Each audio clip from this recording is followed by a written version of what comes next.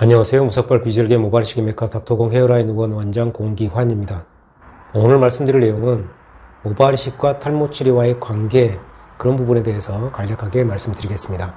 제가 얼마 전에도 한번 말씀드렸었는데요. 공영방송에서 타이틀이 이 탈모 치료의 최후의 수단 모발이식, 이런 식으로 해가지고 방송하는 것을 봤습니다. 우리가 일반적으로 털에 대해서 충분한 지식이 없다면 어뜩 생각해 보면은 일단은 탈모 치료를 좀 해보고 잘 안 되면 마지막에 모발이식을 하자, 이렇게 말씀드리면 누구나 이게 맞는 거 아니냐, 이렇게 생각할 수 있습니다.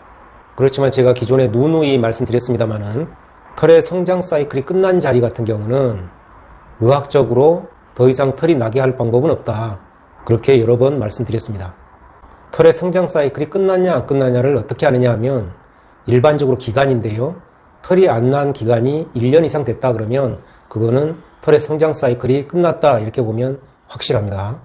소위 우리가 감자도 땅에 씨앗을 묻어놓고 물을 주든 뭘 하든 해야 감자가 싹이 트는 거지, 아무것도 없는 맨 땅에다가 물을 준다고 감자가 싹이 트는 건 아니지 않습니까?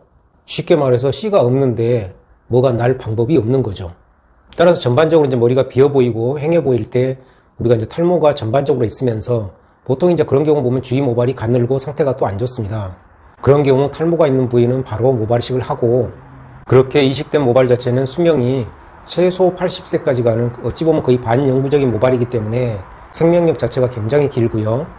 기존의 그 얇은 그런 모발들, 상태가 안 좋은 모발 같은 경우는 꾸준히 탈모 관리를 또 하셔야 됩니다.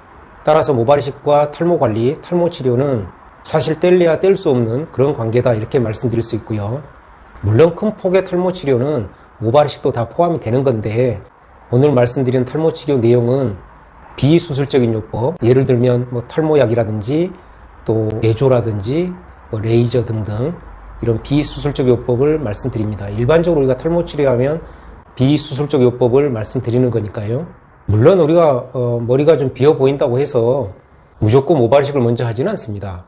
제가 며칠 전에도 말씀드린 것처럼 머리가 비어 보이는 요인이 크게 한 3가지가 있는데, 그 중에 이제 가늘어졌거나 흰머리가 많아서 비어 보이는 그게 메인 팩터라면 그럴 땐 당연히 탈모 치료를 하시거나 염색을 하시거나 이제 그렇게 해야 되겠죠. 하지만 탈모가 메인 팩터가 돼서 그것이 비어 보이는데 큰 영향을 미치고 있다면 당연히 모발이식을 하셔야 되고요. 그러한 모발이식 후에 탈모 치료도 반드시 받으셔야 됩니다. 따라서 탈모 치료의 최후의 수단이 모발이식이다, 이런 거는 털에 대한 정확한 지식이 없는 경우는 그럴듯하게 들리는 말이지만 정확한 지식을 가지고 본다면 잘못된 얘기다, 이런 거를 쉽게 알 수 있습니다.